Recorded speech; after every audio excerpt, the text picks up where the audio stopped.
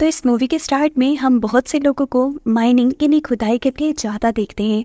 ये gold mine थी, यानी यहाँ से सोना निकाला जाता था। इस माइन का मालिक भी अपने बेटे के साथ यहाँ काम करने के लिए आता है। बातों ही बातों में उसके बेटे ने बताया कि वो काम करने के लिए अपने टूल्स तो घर ही भूल आया, जिन्हें घर से वापस लेने के लिए वो पीछे की तरफ मुड़ा है तो एकदम से किसी अजीब सी ताकत ने उसे खींच लिया। उसके चिल्लाने की आवाज सुनकर उसके डैड भी उसके पीछे भागे उसे बचाने के लिए, लेकिन उसी ताकत ने उसके डैड को भी मार गिराया और हमें बस एक क्रिएचर की चिल्लाने की आवाज़ें सुनाई दी। सीन कट होता है और काफी सालों बाद हम एरियान नामी एक लड़की से मिलते हैं। वो उसी एक्सीडेंट पर रिसर्च कर रही थी जिस एक्सीडेंट में माइनिंग के दौरान हजारों लोग मारे गए थे। इस एक्सीडेंट की असल वजह अभी तक कोई नहीं जान पाया था, लेकिन उस वाक़ये के बाद वहाँ पर माइनिंग का काम बंद कर दिया गया था। यहाँ तक कि अब तो वो जगह मैप्स पे भी नहीं मिलती थी, क्योंकि माना जाता है कि उस जगह की 70% पॉपुलेशन उसी दिन मारी गई। एरियन ये सारी इंफॉर्मेशन इसीलिए इकट्ठी कर रही थी क्योंकि साइंटिस्ट के एक ग्रुप ने उसे हायर किया था और माइंस का दोबारा पता चलाने के लिए। उस जगह के बारे में बहुत सी इंफॉर्मेशन इकट्ठी करने के बाद वो साइंटिस्ट के ग्रुप के साथ उस जगह को यानी उन माइंस को ढूंढने के लिए निकल जाती है।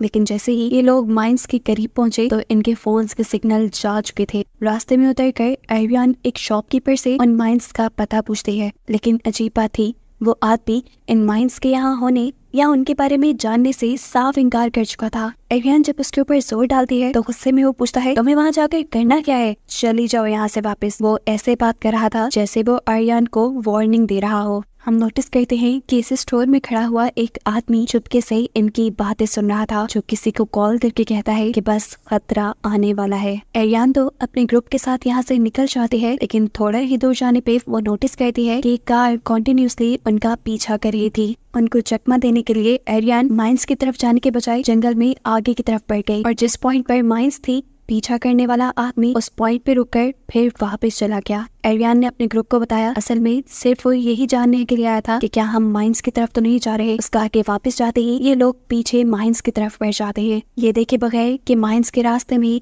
एक बहुत बड़ा डेंजर का बोर्ड लगा हुआ था। फाइनली ये लोग माइंस की एंट्रेंस तक भी पहुंच गए, जिसके गेट में हाई वोल्टेज करंट तोड़ रहा था। यानी यहाँ से गुजरना इतना आसान नहीं था, लेकिन एरियन अपने ग्रुप के लिए यहाँ पर भी एक रास्ता बना लेती है। एक टूटे हुए दरख्त के ऊपर रस्सी डालते हुए ये लोग माइंस के अंदर चले जाते हैं। यहाँ तक पहुँचते हुए इन्हें शाम हो चुकी थी, लेकिन फिर भी साइंटिस्ट यहाँ से कुछ सैंपल्स कलेक्ट करते हैं। बाद में इस जगह पर कैंप लगाते हैं और फिर इस जगह पर मौजूद एक ही दम से सारी हिल्स के गायब होने के पीछे के राज के बारे में बात करने लगे। एक साइंटिस्ट का ख्याल था कि ये जमीन के नीचे टेक्टोनिक प्लेट्स के हिलने की वजह से हुआ होगा, जबकि दूसरे साइंटिस्ट का मानना था कि यहाँ बहुत बड़ा सिंक होल बन गया होगा। लेकिन तीसरे साइंटिस्ट का ख्याल था कि इस सब के पीछे यूएस गवर्नमेंट है, क्योंकि एक मिनट पर रशिया ने जमीन के अंदर सबसे गहरा गड्ढा खोदने की कोशिश की थी। मे बी रशिया का मुकाबला करने के लिए यूएस गवर्नमेंट भी ऐसा ही कुछ करना चाह रही हो, जिस एक्सपेरिमेंट के रिजल्ट्स इतने बुरे निकले होंगे कि उन्हें ये सब बंद करना पड़ा। इसीलिए तो यहाँ की हर इंफॉर्मेशन भी इंटरनेट से मिटा दी गई।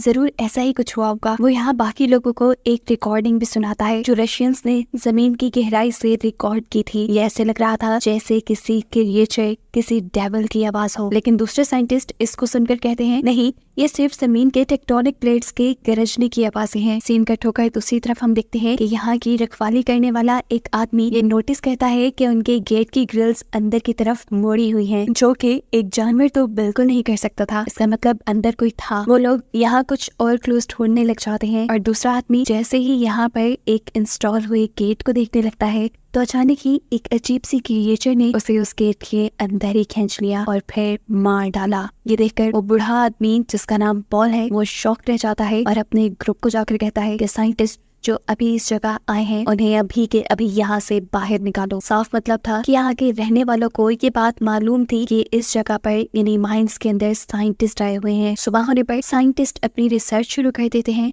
देखने पर उन्हें पता चलता है कि इस जगह पर बहुत सारे मेगाफोन्स और स्टूडियो फॉर्म लगे हुए हैं, जिसमें से मेगाफोन्स बारीक बारीक आवाजें रिकॉर्ड करने, जबकि स्टूडियो फॉर्म साउंड प्रूफिंग के लिए इस्तेमाल होता है। थोड़ा आगे बढ़ने पर उन्हें जमीन के नीचे एक ग्रिल दिखती है, जिसके नीचे से बहुत सा धुआं आ रहा था। इससे पहले कि ये लोग इस धुएं के सैंपल इकट्ठे करते, यहाँ उन्हें वही कार दिखाई देती है जो पिछले दिन उनका पीछा भी कर रही थी। इस कार को देखकर ये सब लोग छुप जाते हैं, और कार के बाहर जाने के बाद ये लोग अपना काम दोबारा स्टार्ट करते हैं। एरियन अब इन सबसे कहती है, आप लोगों को जो भी करना है जल्दी करना होगा, क्योंकि लोकल्स हमारे बारे में जानते हैं कि हम यहाँ हैं, वो किसी भी टाइम हमें पकड़ लेंगे और हमें यहाँ से जाना पड़ेगा। बातों के दौरान ये लोग चल पे रहे थे और फाइनली अब इन्हें एक ऐसा घर दिखाई देता है जो दिखने में भी काफी नया लग रहा था और ऐसा भी लग रहा था कि जैसे यहाँ कोई रहता हो, लेकिन अभी इन्हें यहाँ कोई नजर नहीं आया। ये लोग एक कैमरे के जरिए इस कमरे को रिकॉर्ड करने लग गए थे और तभी यहाँ इन्हें बहुत सी और गैस के सैंपल्स नजर आए। उन्हें लगने लगा कि क्या ये गैस ही तो यहाँ पर मौजूद माइंस और गांव के गायब होने की वजह तो नहीं। एरियन आगे जाकर अब इस घर का पिछला दरवाजा खोलती है तो ये लोग फाइनली माइनिंग एरिया की तरफ पहुंच चुके थे। इसे देखकर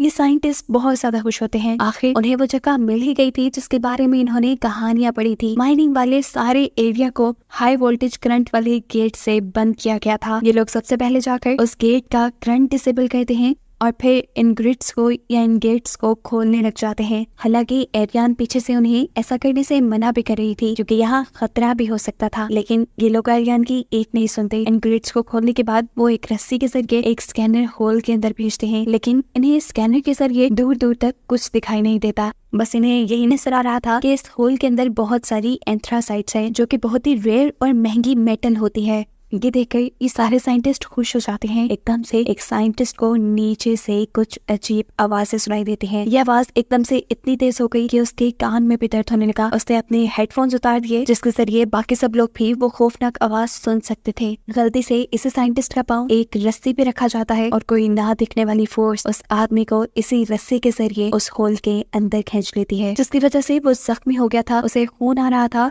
और अब होल के अंदर से वो जोर जोर से मदद के लिए चिल्ला रहा था। ये सुनकर एरियन और उसका एक साथी जेमी एक रस्सी के जरिए उस होल के अंदर जाते हैं। यहाँ बहुत अंधेरा था और इसी अंधेरे में आर्यन किसी चीज के जलने का शैडो दिखती है। यहाँ इस होल में से बहुत सी अजीबोगरीब गैसेस भी निकल रही थी जो इन्हें नुकसान पहुंचा सकती थी, उन्हें हेलुसिनेट करके बेहोश कर सकती थी। इन्हें जल्द से जल्द यहाँ से वापस जाना था, लेकिन एरियन का साथी उसे कहता है कि मैं अपने दूसरे साथी को लिए बगैर यहाँ से बाहर नहीं निकलूंगा। इतनी देर में ऊपर की तरफ यहाँ का लोकल आदमी आ जाता है जिसके हाथ में गन थी और वो ये देखकर इन लोगों पर गुस्सा हो रहा था कि उन लोगों ने ये ग्रिड्स खोल दी। वो जल्दी से अब उन रस्सियों को काटने लगा जो कि उस हॉल के अंदर गई हुई थी। वो ये नहीं जानता था कि इन्हीं रस्सियों के जरिए दो इंसान यानी एरियन और उसका साथी जिमी अंदर गए हुए हैं। एक रोक के करते ही नीचे ये दोनों डर जाते हैं और जल्दी से एक ही रस्सी के जरिए वापस ऊपर आते हैं। इनके पास अब अपनी मदद को बुलाने के लिए भी कोई नहीं था। ऊपर से ये लोकल आदमी जो लगातार इनके ऊपर गुस्सा किया जा रहा था और जल्द ही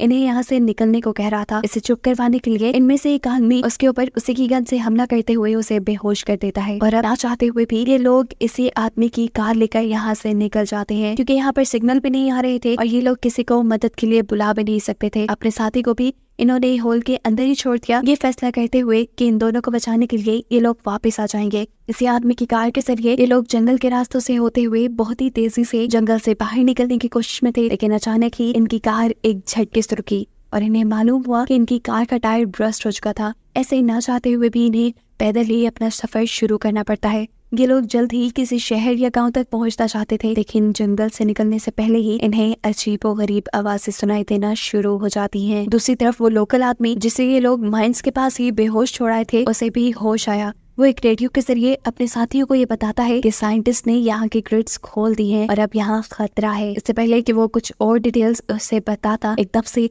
एक मिस्टीरियस सी क्रिएचर आकर उसे हमला करके मार देती है। मरने से पहले यह आदमी बस एक इमरजेंसी अलार्म ही बचा पाया था, जिससे सभी लोगों को अब यहाँ पर आए खतरे के बारे में पता चल जाता। यहाँ एड्रियन का ग्रुप जो तेजी से जंगल से निकलकर किसी भी गाँव किसी भी टाउन तक पहुँचने की कोशिश में था, उन्हें जंगल में से ही एक अजीब सी आवाज सुनाई देती है। ये अजीब आवाज बिल्कुल ऐसी ही थी जैसी पिछली रात साइंटिस्ट ने उन्हें रिकॉर्डिंग में सुनाई थी। डर कर ये लोग अपनी फ्लैश लाइट्स भी ऑफ कर देते हैं और एरियन नाइट विजन के जरिए यहाँ पर चीजें देखना शुरू करती है और एकदम से उसके सामने आ जाता है एक बहुत ही अजीब सा मॉन्स्टर, जिससे बचने के लिए ये लोग भागने लगे। लेकिन अफसोस की बात ये थी कि ये मॉन्स्टर उनके एक साथी के ऊपर हमला कर चुका था। वो एरियन के भी बहुत करीब था और एरियन को भी पकड़ने ही वाला था, लेकिन वो उसे धक्का देते हुए अपने से दूर करती है और तेजी से भागना शुरू कर देती है और भागते हुए अपने बाकी साथियों तक पहुंच जाती है जो इस टाइम रोड के पास भी पहुंच चुके थे। ये लोग यहाँ एक ट्रक को भी रोक चुके थे जिसके पीछे ये तीनों चढ़ जाते हैं। एरियन के साथ ही चढ़ने के बाद भी गोलियां चलाती है ताकि वो मॉन्स्टर डर कर इन तक ना पहुंच पाए। थोड़ी देर में अब ये लोग पास के एक टाउन में भी पहुंच चुके थे, जहाँ जाकर इन्होंने नोटिस किया कि यहाँ के लोकल्स किसी इमरजेंसी सिचुएशन के लिए अपने आप को तैयार कर रहे हैं। शेल्बी इन्हें भी एक सेफ घर में लेकर जाती है, जहाँ जाकर इन्हें मालूम होता है कि शेल्बी को पहले से ही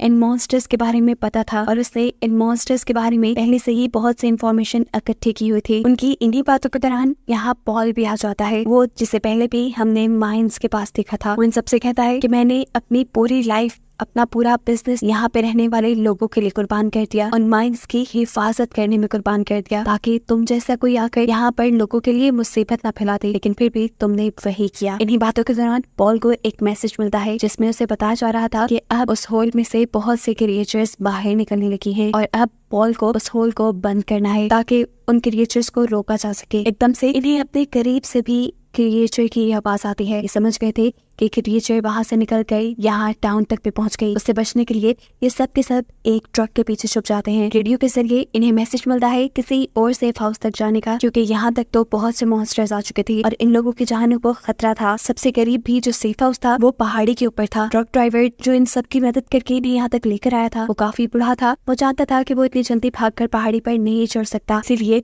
वो अपने आप को वॉलंटियर करने का फैसला करता है। वो सबको यहाँ से भाग जाने को कहता है और खुद मॉन्स्टर्स को डिस्ट्रैक्ट करने के लिए यहीं खड़ा रह जाता है। यहाँ इन लोगों के हाथ से वो एक अजीब सी बॉम्ब नुमा चीज भी ले लेता है और क्रिएचर्स के पास जाकर उसे ब्लास्ट कर देता है, जिसकी वजह से सभी क्रिएचर्स के साथ साथ वो भी जलकर मारा गया था। दूसरी तरफ ये पूरा ग्रुप भी अब दूसरे सेफ हाउस में पहुंच चुका था। एरियन की साथी ने उन्हें बताया था कि इन्हें अब बिल्कुल खामोश रहना है, जिससे मॉन्स्टर इनका पता नहीं चला पाएंगे। ये सब तो बहुत खामोश रहने की कोशिश कर रहे थे, लेकिन एकदम से उनकी रेडियो से निकलने वाली आवाज इस क्रिएचर को अट्रैक्ट कर देती है, जो क्रिएचर इनके इस सेफ हाउस के बाहर ही थी, जो भी अब इस घर के अंदर आ गई। और ये लोग इस क्रिएचर से बचने के लिए एक दूसरे रूम में चले गए। जिसके बाद ये मॉन्स्टर को डिस्ट्रैक्ट करने के लिए दूसरी तरफ एक प्लेट फेंकते हैं और फिर खुद पीछे के कमरे में जाकर दरवाजा बंद कर लेते हैं। लेकिन यहाँ मॉन्स्टर भी इन्हें सेंस कर चुका था। वो एक ही पंच मारते हुए ये दरवाजा तोड़ देता है और दूसरा पंच वो मारता है जिमी को। जिमी जोर से जमीन पे गिरता है। उसके फ्लोर पे गिरने की वजह से नीचे फ्लोर टूट चुका था और ऐसे इन्हें यहाँ एक सीक्रेट टनल दिखाई दी। ये लोग अपनी जान बचाने के लिए तेजी से इसके अंदर चले और भागते हुए इसी टनल के जरिए वो एक गार में पहुंचे।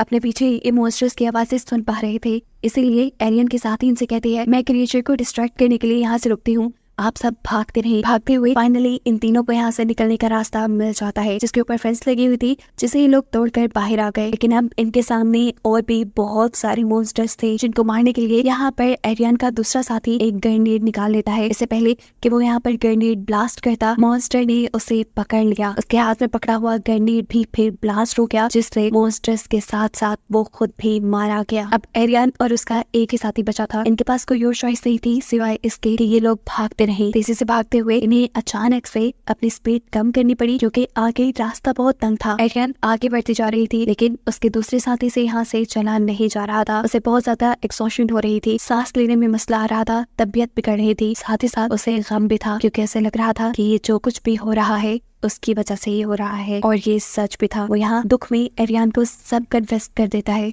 कि ये सब उसकी वजह से है। वो यहाँ किसी साइंस एक्सपेरिमेंट के लिए नहीं आया था। सच तो ये था कि वो यहाँ एक कंपनी के लिए आया था, जो उसे बहुत सारे पैसे दे रही थी एंथ्रासाइट लाने के लिए, यानी वो मेटल लाने के लिए जो सिर्फ इसी जगह से मिल सकता था, और उसे वो यहाँ मिल भी गया था। ये सुनकर एरियन को यहाँ दुख तो हुआ, लेकिन वो इस टाइम उसे कुछ कह नहीं सकती थी। वो उसे यहाँ हौसला देती है और उसे कहती है कि गलतियां सबसे हो जाती हैं, मेरे से भी हुई थी। एक मर्तबा हिमालय के पहाड़ों पे से मैंने अपने क्लाइंट को मरने दिया, क्योंकि उस टाइम मुझे अपनी जान बचानी थी। वो अब दोबारा उसे यहाँ से निकलने के लिए हिम्मत देने की कोशिश करती है, लेकिन अब वो अपनी सारी उम्मीदें खो चुका था। तब एरियन कहती है, अच्छा ठीक है, अभी मैं यहाँ से जा रही हूँ, लेकिन मैं वादा करती हूँ मैं तुम्हें लेने यहाँ वापस जरूर आऊंगी। सीन कट होकर दूसरी तरफ हमें टाउन का सीन दिखाया जाता है, जहाँ पर बहुत सारे लोग कंट्रोलर लेकर खड़े हुए थे। इन कंट्रोलर्स के जरिए ये लोग उन मेगाफोन्स को चलाते हैं, जिन मेगाफोन्स को हमने माइंस के अंदर जगह जगह लगे हुए देखा था। ये चलाने का मकसद ये था कि मेगाफोन से अट्रैक्ट होकर ये सारे के सारे मॉन्स्टर्स माइंस के अंदर चले जाएं और फिर ये लोग माइंस को तबाह कर देंगे, जिससे ज्यादा से ज्यादा मॉन्स्टर्स मारे जाएंगे। यहाँ आर्यन भी जो ऊपर जमीन तक पहुंच चुकी थी, वो भी अपने करीब गोलियों की आवाजें सुनकर उनकी तरफ भागना शुरू कर देती है।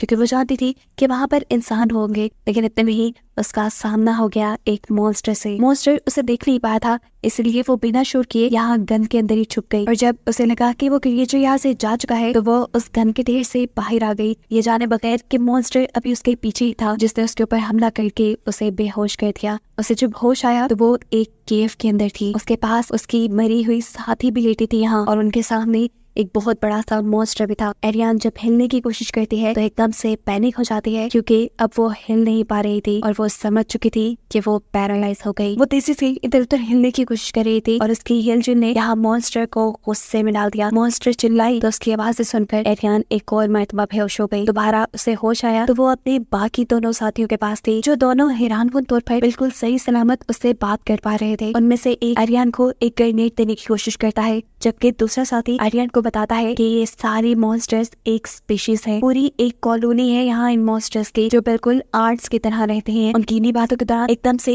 एक बहुत बड़ी सी क्रिएचर आती है और एरियन के एक साथी को उठाकर अपनी मॉन्स्टर क्वीन को खिला देती है, जिसके बड़े बड़े दांतों ने एक सेकंड नहीं लगाया था उसको निकलने में। जिस टाइम क्रिएचर सब कर रही थी, एरियन ने आगे बढ़कर यहाँ से ग्रेनेड उठाने की कोशिश की, लेकिन इस चक्कर में क्रिएचर ने उसे भी पकड़ लिया ताकि वो उसे खा पाए। लेकिन इससे पहले कि वो एरियन को अपना खाना बना लेती, यहाँ उसका दूसरा साथी अपने फोन पे अलार्म चला देता है, जिसकी वजह से मॉन्स्टर का ध्यान भटक जाता है और ऐसे मौका पाते ही एरियन उस मॉन्स्टर को इनके मुंह में ग्रेनेड फेंक देते हैं, जिसके चलते एक ही सेकंड में ये मॉन्स्टर क्वीन मारी गई और ऐसे एरियन और उसके साथी की जान बच गई। ये दोनों तेजी से यहाँ से निकल के भागे, जबकि अब बाकी मॉन्स्टर्स इनके पीछे थे। फाइनली इन्हें अब यहाँ पर एक रस्सी भी दिखी, जिसके ऊपर चढ़कर एरियन तो जमीन के ऊपर वापस आ गई, लेकिन उसका साथी नहीं। वो बहुत ही आहिस्ता आहिस्ता इस रस्सी के ऊपर चढ़ा था और ऐसे ही एक मॉन्स्टर भी उस रस्सी के ऊपर चढ़ जाता है, जिससे बचने के लिए ये आदमी उस मॉन्स्टर को ही स्टैप करके मार चुका था। लेकिन जब उसने देखा कि अब इस रोप इस रस्सी के ऊपर बहुत से और मॉन्स्टर्स लटक चुके हैं, तो वो फैसला करता है कि अब उस रस्सी को ही वो काट देगा, ताकि ये मॉन्स्टर्स ऊपर जमीन पे जाके कोई तबाही न मचाए। उसके इस फैसले ने बेशक उसकी अपनी जान ले ली थी, लेकिन कई लोगों की जान बचाई भी थी। जिस टाइम ये सारे मॉन्स्टर्स मिलकर उसको खाने में लगे हुए थे, एरियन के पास ऊपर जमीन पे यहाँ बहुत से लोकल्स आ जाते हैं, जिन्होंने एरियन की मदद करते हुए उसे बचाकर बिल्कुल बाहर निकाल लिया और फिर आग के जरिए उन सभी मॉन्स्टर्स को जलाकर मार दिया। बचे हुए मॉन्स्टर्स अपनी जान बचाने के लिए वापस उसी होल के अंदर चले गए, जिसके बाद इन लोगों ने इस होल को परमानेंटली बंद कर दिया। फाइनली अब ये लोग माइन से बाहर निकल आए थे। माइन से बाहर निकलने के बाद पॉल यानी वो बूढ़ा आदमी जिसने उसकी मदद की थी, वो उसे बताता है कि तुम्हारा साथी जो केव के अंदर फंस गया था वो भी मारा गया। ये सुनकर उसे बहुत दुख हुआ। वो पॉल से कहती है कि अगर मैं शहर से बाहर गई और किसी को अपनी स्टोरी सुनाई तो कोई मेरी स्टोरी पे बिलीव नहीं करेगा, इसलिए उसने फैसला किया कि आज के बाद वो भी यही रहेगी और इन लोकल्स के साथ इस माइन की हिफाजत करने में इनकी मदद करेगी, जिसको दिखाते हुए ही ये कहानी यहाँ खत्म हो गई।